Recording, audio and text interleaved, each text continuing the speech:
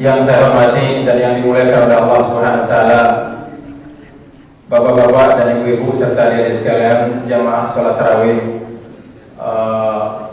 masjid, kalau boleh kita katakan ya, masjid, sebab ini memang tempat ibadah kita pada bulan Ramadan ini di Sekolah Republik Indonesia Tokyo. Alhamdulillah pada malam hari ini kita masih diberikan kekuatan oleh Allah Subhanahu wa taala. Nampaknya kebersamaan kita di ruangan ini sejak malam pertama tarawih sampai malam hari ini, insya Allah ini malam yang ke-20 ya. Jadi entah apakah terasa atau tidak, yang jelas ini sudah malam ke-20, ya kan? Bagi yang memang sudah lama tinggal di Tokyo mungkin tidak begitu terasa, sebab memang sudah akrab dengan suasana, sahabat, kawan curhatnya juga banyak. Tapi bagi yang baru datang mungkin juga jauh dari keluarga, mungkin nama stasiun bis dari depan ini sampai ke sana itu kan Motoke Bajo ya. Saya kemarin mikir apa itu kayak mungkin Motoke Bajo itu bahasa orang Jawanya Moro Tokyo nggak bawa bojo. Nggak nyindir. Iya. Ustaz Jalan insyaallah nggak tersinggung. Iya. Mudah-mudahan ya suasana Ramadan yang sudah berlalu 19 hari ini kita senantiasa diberikan kekuatan oleh Allah Subhanahu wa taala, dan mulai besok kita sudah memasuki 10 yang terakhir. Bapak-bapak dan ibu-ibu sekalian mati Allah, salawat dan salam sama-sama kita haturkan kepada Rasulullah SAW. Mudah-mudahan kita semua yang hadir di masjid ini dan seluruh jamaah kita yang belum sempat hadir pada malam hari ini senantiasa diberikan kekuatan oleh Allah SWT untuk tetap istiqomah, ya kan, menghidupkan sunnah-sunnah Rasulullah SAW, terutama di malam-malam Ramadan. Bapak dan ibu yang dirahmati Allah, kalau tadi malam Ustaz Ikhlas Samswir beliau membahas tentang fikih al-at'imah, gitu kan, fikih tentang makanan dan minuman yang halal dan juga yang bertentangan dengan syariat. Tadi malam juga ada keinginan untuk membahas tentang masalah fikih, tapi mungkin itu saya pending dulu untuk malam hari ini, sebab ya besok kita sudah malam ke-20, dan kalau kita telisik hadisnya Rasulullah SAW, maka akan kita temukan bahwa sesungguhnya Rasulullah SAW di 10 malam terakhir Ramadan itu ada sesuatu yang sangat istimewa yang dilakukan oleh Rasulullah SAW yang biasa kita sebut dengan i'tikaf. Bapak dan ibu yang dirahmati Allah, memang pembahasan ini kelihatannya kalau membahas i'tikaf itu kan biasanya ada masjid ya Pak Media. Ya insya Allah masjidnya sedang dalam proyek, ada masjid Meguro gitu kan, Madinah gitu kan, insya Allah mudah-mudahan sekian tahun ke depan saya kesini sudah selesai gitu kan. Amin. Memang kalau kita bicara tentang i'tikaf itu biasanya memang yang tergambar dalam benak kita, terutama bapak-bapak, yaitu ada masjidnya, ada musolanya atau apalah gitu yang memang biasa kita sholat berjamaah di situ, lalu kita beriktikaf bersama-sama dengan sahabat kita. Tapi Pak Ustadz di sini di Tokyo ini terutama ya masjid kan susah, ya kan? Lalu kira-kira apa kaitan pembahasan tentang iktikaf pada malam hari ini, sementara untuk masjidnya saja kita susah? Ya, saya tidak pesimis, sebab saya yakin banyak di antara kita ini yang mobile gitu kan, yang memang jam terbangnya gitu ya. Geraknya memang sangat speed sekali, sangat cepat sekali, dan juga daya jangkaunya juga cukup mumpuni. Kemudian juga ya pembahasan tentang i'tikaf ini juga tidak hanya selalu terkaitnya dengan persoalan masjid ataupun musola. Ada hal-hal yang bisa kita share dari kehidupan Rasulullah di 10 malam yang terakhir yang nanti akan kita bahas. Bapak dan Ibu yang dirahmati Allah, ketika kita berbicara tentang i'tikaf, maka i'tikaf itu adalah salah satu sunnahnya Rasul. Ya kan? Sunnahnya Rasulullah SAW yang ditinggalkan oleh Rasulullah SAW. Bahkan riwayat menyebutkan Rasulullah SAW, ya kan, itu sampai sebelum wafat pun beliau rajin beriktikaf di masjid. Ya mungkin ada juga yang bilang, Pak Ustaz, ya dulu kan Rasul iktikafnya wajar dong di masjid, karena memang rumah Rasul itu kan sebelahan sama masjid. Bahkan pintu masuknya itu hanya tirai saja. Dan dalam catatan riwayat iktikafnya Rasulullah SAW kan agak asik juga Pak Ustaz. Waktu masuk iktikaf itu pagi-pagi Rasul itu mengulurkan kepalanya, membuka sedikit tirai itu tadi, ya kan, horden itu dibuka, kemudian kepala Rasul masuk di dalam ruangan Aisyah. Lalu kemudian oleh Aisyah rambut Rasul itu disisir, ya kan, seperti itu. Nah Bapak dan Ibu yang rahmati Allah, yang pertama ingin kita jelaskan adalah bahwa iktikaf itu artinya adalah berdiam diri. Itu secara bahasa, berdiam, iktikaf, ya kan, dari akafa yaqufuna ala asnamin lahu, mereka duduk, ya kan, menyembah berhala-berhala mereka, itu asal kata iktikaf. Jadi iktikaf itu al-habsu, atau berdiam diri. Yang dimaksud dengan iktikaf itu adalah kita berdiam diri di masjid dalam rangka untuk melakukan amal-amal taat kepada Allah Subhanahu wa taala dalam berbagai macam bentuk. Kemudian apa dalil pensyariatan iktikaf ini? Dalilnya adalah, salah satunya adalah hadis dari Rasulullah SAW, di mana Rasulullah kana yaktakifu fi kulli Ramadan 10 ayyamin. Falamma kana al-'amal alladhi qutida fihi i'takafa 20 yawman. Dalam hadis yang diriwayatkan oleh Abu Hurairah radhiyallahu taala anhu, adalah Rasulullah SAW beriktikaf pada setiap malam-malam, pada setiap bulan Ramadan sebanyak 10 hari, dan pada tahun wafatnya Rasulullah SAW, Rasul beriktikaf 20 malam di Masjid Nabawi. Ya, ini Rasulullah SAW. Kemudian para ulama memberikan panduan, termasuk juga Rasulullah SAW tentunya, bahwa iktikaf itu biasanya dijalankan oleh Rasulullah SAW di malam-malam 10 terakhir Ramadan. Ya, malam 10 terakhir Ramadan. Kenapa pembahasan iktikaf ini saya bahas pada malam hari ini? Sebab bisa jadi ada di antara kita yang besok itu bukan 20, tapi sudah 21. Ya kan? Berarti kan sudah masuk 10 terakhir. Dan wallahu alam, apakah tahun ini puasa kita itu genap atau ganjil? Wallahu alam, bisa jadi ganjil, ya kan? Enggak cukup 30. Nah, penjelasannya dari Rasulullah sallallahu alaihi wasallam, anna Nabi sallallahu alaihi wasallam kana ya'takiful ashral awakhir min Ramadan hatta tawaffahu Allah, tsumma takafa azwajuhu min ba'dihi. Hadis riwayat Aisyah. Dari Aisyah radhiyallahu taala anha bahwa Rasulullah sallallahu alaihi wasallam adalah Rasul beriktikaf di malam 10 terakhir Ramadan sampai Rasul wafat, dan kemudian iktikaf itu diteruskan. Tradisi iktikaf itu diteruskan oleh istri-istri Rasulullah sallallahu alaihi wasallam. Nah, nanti kan ada pembahasan kalau ada istri-istri Rasul gitu kan, iktikaf. Nah, ini kan juga ada pembahasan. Ya. Bapak dan Ibu yang dirahmati Allah, pembahasan berikutnya, kalau kita memang ingin menghidupkan sunnah Rasul tentang iktikaf itu, ya kan? Pertanyaannya, di mana kita boleh iktikaf? Ya, para ulama menjelaskan sebagaimana firman Allah Subhanahu wa taala di dalam surat Al-Baqarah ayat 187, rangkaian dari ayat puasa itu 183 sampai 187. Allah mengatakan di dalam Al-Baqarah itu, wala tubashiruhunna wa antum aakifuna fil masajid, dan janganlah kalian para suami menggauli istri-istri Anda sedangkan Anda sedang dalam iktikaf di masjid. Ya kan? Sedang beriktikaf di masjid, sebab itu membatalkan iktikaf. Ya. Jadi berdasarkan ayat ini dan juga penjelasan dari Rasulullah SAW, ulama kemudian menyimpulkan, Bapak dan Ibu yang dirahmati Allah, bahwa iktikaf itu dilaksanakan di masjid atau di musola. Dilanggar juga boleh, dapat pahala. Ya kan? Yang penting, ya kan, iktikaf itu dikerjakan di masjid di mana di situ dilaksanakan sholat berjamaah. Cuman para ulama menjelaskan yang paling afdal itu adalah masjid yang di dalamnya dikerjakan sholat Jumat. Walaupun tidak ada yang mengharuskan demikian, tapi setelah saya baca ternyata penjelasannya, kenapa yang baik itu yang ada sholat Jumatnya?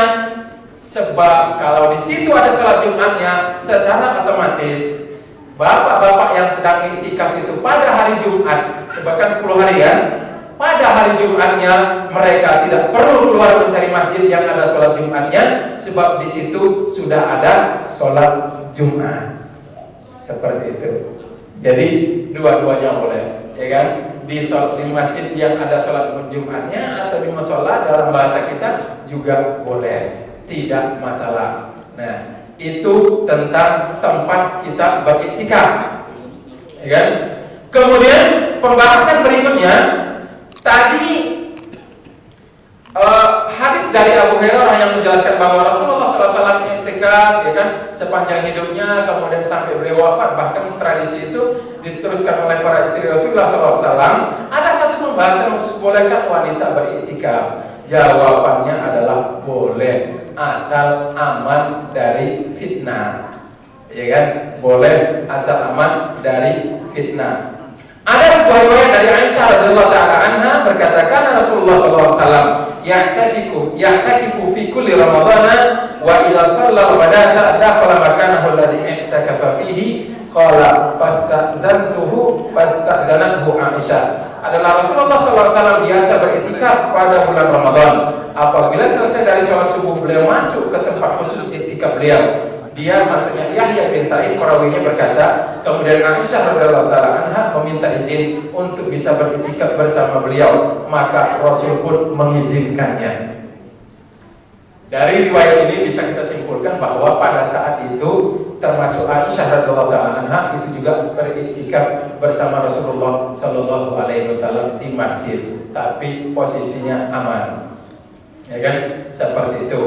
Nah, ini terkait dengan wanita. Kemudian pembahasan berikutnya, nah ini yang saya katakan tadi, walaupun kita tidak membayangkan, ya susah membayangkan di mana kita pengen iktikaf pada tahun ini, di Sri juga susah, ya kan? Rumah kita juga jauh, isunya juga ya bukan tempat tinggal, tapi ini adalah ya ruangan aula gitu kan, sekolahan, fasilitas juga terbatas. Nah, pertanyaan berikutnya, berapa lama waktu kita berdiam di masjid, atau berapa lama, ya kan, batas maksimal atau minimal kita iktikaf itu? Ya, para ulama sepakat bahwa iktikaf tidak ada batasan waktu maksimalnya. Namun mereka berselisih pendapat berapa waktu minimal untuk dikatakan sudah beriktikaf. Jadi kalau ditanya berapa maksimalnya, ya mau 10 hari juga boleh. Rasul saja 20 hari tadi boleh. Mau sebulan juga izin dari kantor kalau boleh sama atasan, monggo. Kalau boleh, gitu kan? Ya, seperti itu. Tapi biasanya kita di Indonesia orang iktikaf itu di 10 terakhir Ramadan, ya 10 hari. Itu juga kadang-kadang itu di jeda-jeda, di sela-sela dengan pekerjaan. Ya, bagi ulama yang mensyaratkan iktikaf harus disertai dengan puasa, maka waktu minimalnya adalah sehari. Sebab ada ulama yang mengatakan iktikaf itu harus dengan puasa, sebagaimana ayat puasa dan iktikaf tadi dalam Al-Baqarah 183 sampai 187. Ya kan? Ulama yang lainnya mengatakan dibolehkan kurang dari 1 hari, namun tetap disyaratkan puasa. Imam Malik mensyaratkan minimal 10 hari. Imam Malik juga memiliki pendapat lainnya minimal 1 atau 2 hari. Sedangkan bagi ulama yang lain tidak mensyaratkan puasa, maka waktu minimal dikatakan telah beriktikaf adalah selama ia sudah berdiam di masjid dan di sini tanpa dipersyaratkan harus duduk, harus berdiri gitu kan. Tapi ini pendapat yang paling ringan. Artinya apa? Seberapa jam pun kita bisa dikatakan iktikaf, tapi itu batasan paling minimal. Saya ingat betul dulu waktu di Malaysia, kawan saudara-saudara kita orang Melayu kalau di Malaysia itu tradisi umum mereka, kalau di 10 malam terakhir Ramadan itu biasanya mereka, ya kan, selesai tarawih segera pulang, istirahat, ya kan, kecuali kalau nonton bola nggak tahu saya, ya. Tapi istirahat. Nanti mereka jam 2 malam itu berbondong-bondong mereka pergi ke masjid sholat malam, ya kan. Itu yang mereka katakan iktikaf. Tradisi mereka secara umum, fenomena mereka di sana, tradisi mereka adalah iktikaf dari jam 2 sampai menjelang sahur. Nanti sahurnya di rumah. Ya gitu kan. Jadi jam 2 datang ke masjid, sholat gitu kan. Baru kemudian nanti kira-kira sejam lagi sebelum ya masuk waktu imsak, mereka pulang sahur di rumah. Nah, tapi juga ada yang menariknya waktu itu. Kalau di kita kan namanya orang iktikaf itu kan banyak programnya. Di program ya iktikaf itu bukan hanya datang. Dulu waktu kami di Madinah itu Bapak Ibu sekalian, namanya iktikaf itu memang dari malam 21. Jadi tanggal 20 Ramadan besok sorenya, besok nih ya kan besok 20. Besok sore sebelum maghrib itu sudah masuk Masjid Nabawi.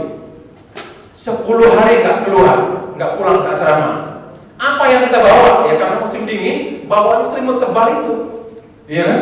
Jadi kalau sudah selesai sholat subuh, karena memang semalam nggak tidur, zikirnya sambil merebahkan badan. Ya kan? Awalnya cek tangan yang gerak, lama-lama mulut yang kemarkamin, gitu kan? Ya kan? Jadi itu. Jadi, nah itu tradisi kebiasaan. Kalau saudara-saudara kita di Malaysia dia seperti itu, mereka diisi dengan sholatnya bukan sholat tahajud. Tapi mereka biasanya sholat tasbih. Sholat tasbih. Saya waktu itu kaget juga, malam-malam gitu kan kita iktikaf, kawan-kawan mahasiswa di Selangor itu kita iktikaf. Malam itu kita pengen sholat khusyuk. Begitu jamaah Malaysia datang, satu masjid itu menggema dengan subhanallah, walhamdulillah, wala ilaha illallah. Takbirnya itu bukan sir gitu kan. Ya, itu jahar gitu kan. Jadi menggema satu masjid, ya Allah gitu. Akhirnya kita sholat itu nggak bisa berjamaah lagi, masing-masing aja cari posisi yang aman. Karena memang suara, dan setelah saya perhatikan memang itu fenomena umum mereka seperti itu. Nah kalau di kita iktikaf enggak, ada programnya, panitianya ada, dibuat acaranya, ada kajiannya, macam-macam, ya kan? Itu modifikasi dalam acara iktikaf. Tapi poin kita di sini adalah berapa lama tanpa batasan, berapa paling minimal. Ya itu tadi, kalau mau ambil yang paling ringan ya 1 malam, ya kan? Mau ambil yang paling ringan lagi sejam pun boleh, bahkan sebentar pun juga boleh. Tapi kan hakikat substansi daripada iktikaf yang diajarkan oleh Rasulullah SAW itu tidak tercapai. Sebab Rasulullah itu mencontohkan 10 hari 10 malam gak pulang. Tapi kan rumahnya di sebelah, ya kan, ada apa-apa manggil. Kalau kita sekarang kan enggak, masa iya kita 10 hari gak ngantor, ya kan? Cuti kan juga biasa 2-3 hari sebelum lebaran. Berarti masih harus ngantor seminggunya. Nah di kita, ya kan, orang datang sebelum maghrib, pulang dari kantor dan mandi semua, bergegas sebelum maghrib sudah ada di masjid. Nanti balik lagi selesai sholat subuh, itu juga boleh, ya kan? Seperti itu juga boleh. Nah, Bapak dan Ibu yang dirahmati Allah, bagi kita yang di sini seperti apa bosan? Masjid kan susah, gitu kan? Ya paling tidak, yang ingin saya sampaikan, misi yang ingin saya sampaikan dari materi ini adalah paling tidak materi atau penguatan-penguatan yang dilakukan Rasulullah di malam-malam 10 terakhir itu bisa kita kerjakan walaupun mungkin bukan di masjid ataupun di musola.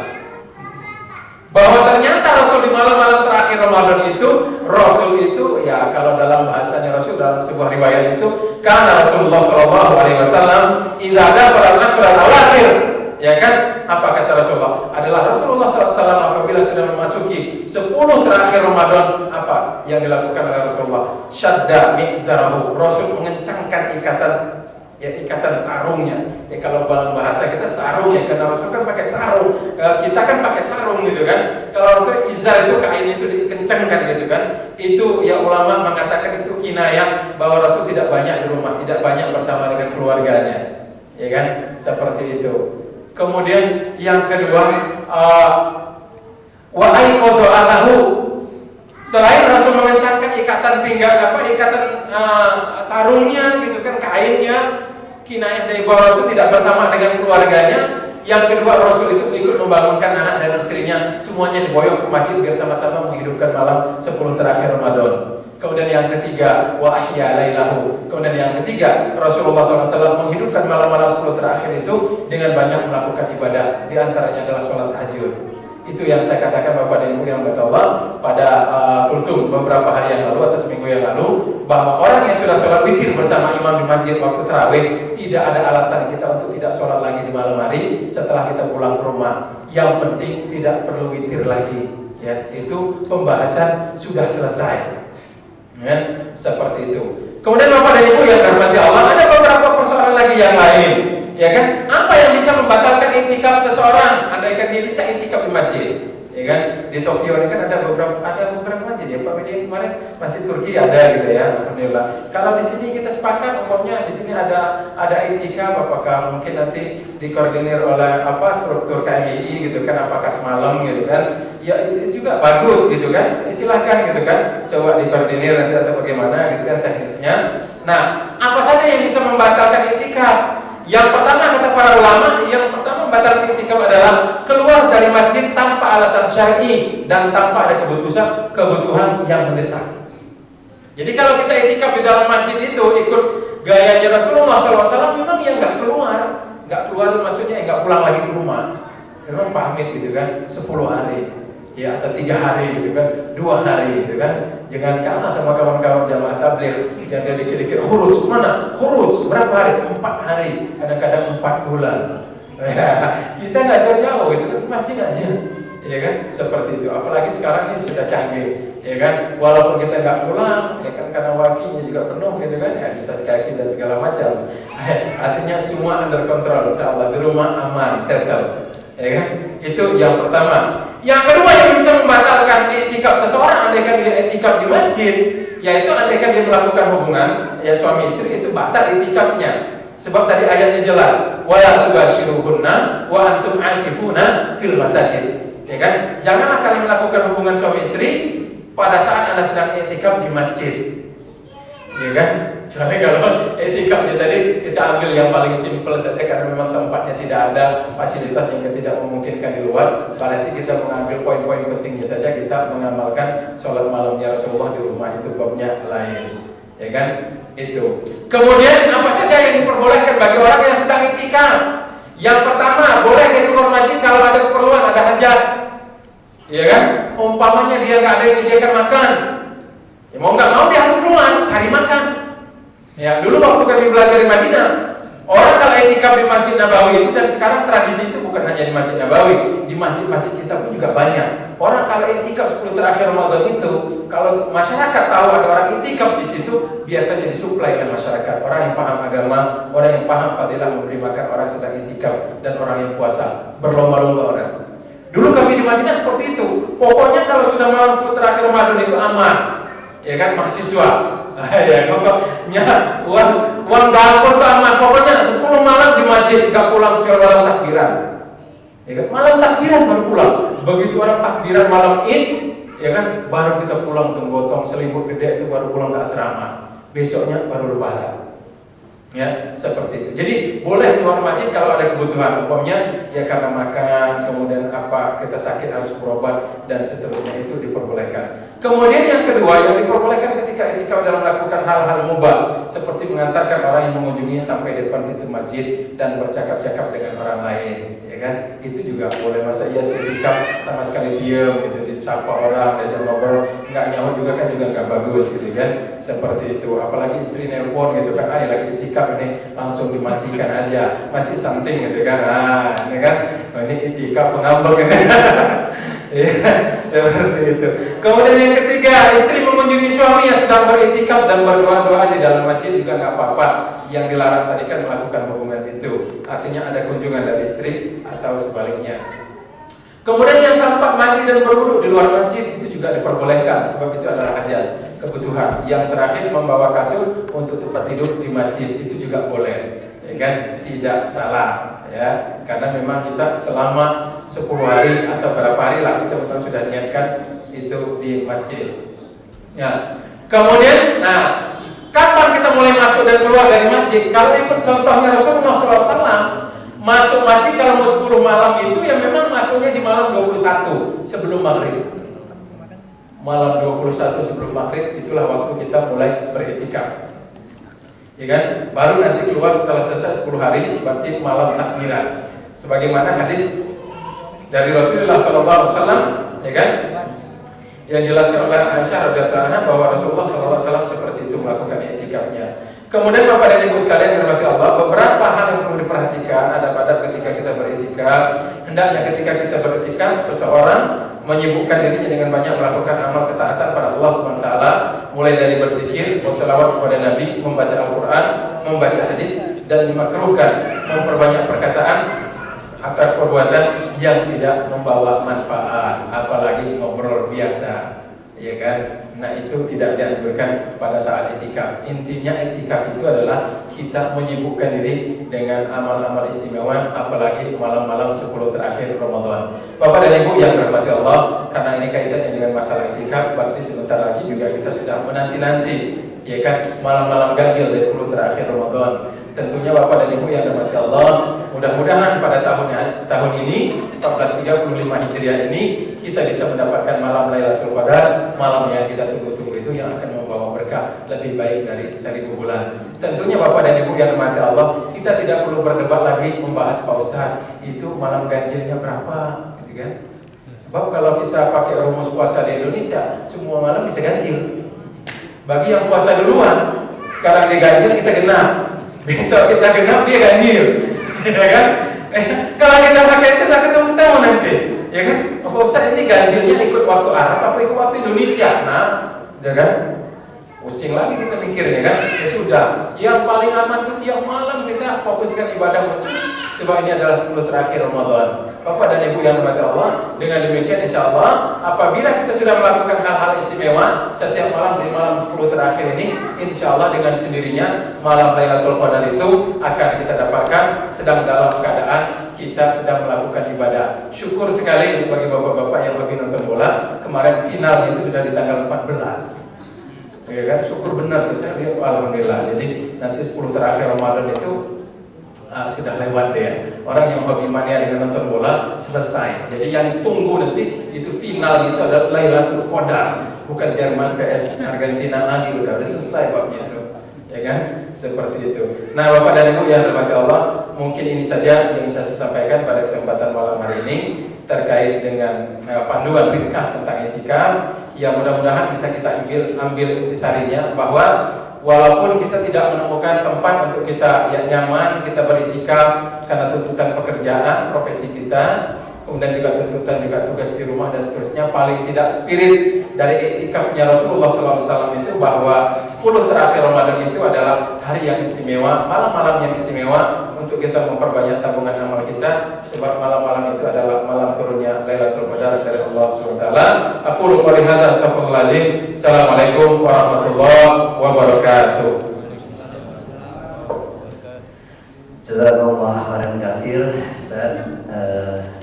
Terima kasih. Salah satu amalan penting di dalam bulan Ramadan itu adalah iktikaf ya. Bapak Ibu sekalian, ada yang mau disampaikan ke Ustaz? Karena kami juga rencana akan menyelenggarakan iktikaf Ustaz di sini di malam-malam ganjil, insya Allah, sampai kita juga menyiapkan makan sahur, insya Allah. Panitinya siap ya, Pak Bambang sama Habib Lutfi, insya Allah. Baik, ada yang mau diperjelas dari penyampaian Ustaz tentang iktikaf, Bapak Ibu sekalian? Kalau tidak ada, saya akan menyampaikan tentang zakat infak sedekah KMI, insya Allah ya. Baik Bapak Ibu sekalian, mengulangi informasi sebelumnya, kami menerima dan menyalurkan zakat infak sedekah Bapak Ibu sekalian untuk zakat fitrah sebesar 1.500 yen per jiwa.